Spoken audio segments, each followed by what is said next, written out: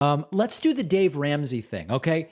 I've told you guys, some of you guys have gotten pulled in by Dave Ramsey into thinking that he's someone to listen to on financial advice. My position on Dave Ramsey has been he will sometimes stumble across completely uncontroversial and reasonable financial advice, but it's all wrapped up in cuckoo Christianity.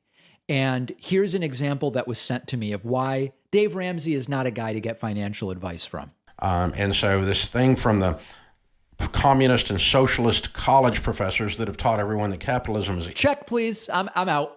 That's it. That's enough. That's enough. You know, go to someone else, guys. Go to someone else. But we'll listen to a little bit more. Evil has got to stop because it's accurate. It's inaccurate biblically. It's inaccurate in truth. There are wonderful companies that are for profit that do a great job. Again, not saying that there's anything wrong with doing a not for profit.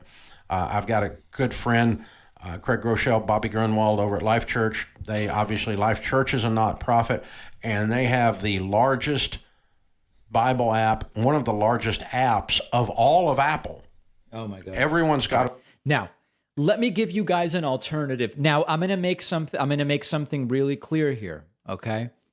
If you're interested in content that is related to finance and business and has a different religious bent, like, okay, so I know a lot of you want your financial advice without religious elements, and I can recommend to you endless newsletters. I mean, get yourself on, hold on, let me actually look here. Get yourself on Barry Ritholtz's newsletter. Get yourself on Nick Majuli's newsletter. Get yourself on Ben Carson's news. There's so many economics and finance newsletters that are really, really great stuff. But I also want to say, if you like the approach of mixing the personal finance and business stuff with religion, I have an alternative channel for you, which I think is endlessly superior to Dave Ramsey. Now, some of you are going to say, well, David, of course, you're Jewish, so of course you could recommend this. I'm an atheist Jew, okay? For me, Orthodox Judaism doesn't really give me anything, but there's actually a legitimately good channel called Living L'Chaim that does really interesting interviews. It's openly an Orthodox Jewish channel, okay? And endlessly fascinating content. They just did this stream with Andrew Singer, who is a Fortune 100 executive. Check this out. This is actually really interesting stuff. I'll just give you like 30 seconds, okay? His suggestion, and I have my people use this, is something of the following. So this is on job interview techniques, and it's fantastic. Something that usually said, just got off the Traders Update. Very interesting mention of your market. Call me.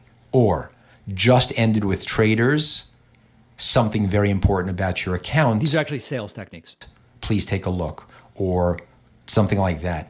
It's something that basically is very immediate, very real. It has to be real, and take somebody's attention because it hits them financially. So in my business, people buy electricity. The price of electricity changes all the time. People okay, anyway, I'm not going to bore you guys with this, but my point is, if you said to me, hey, David, can you recommend a religiously oriented finance and economics channel on YouTube? Even in that category, it's not Dave Ramsey. It's not Dave Ramsey. The stuff on this channel is absolutely fantastic. The other episode that's really interesting on this channel, actually, I can't even find it. Okay, it doesn't even matter. But the whole point is the Dave Ramsey stuff, it's very bad. It's very, very bad. And there's really interesting resources and other things that people can look at.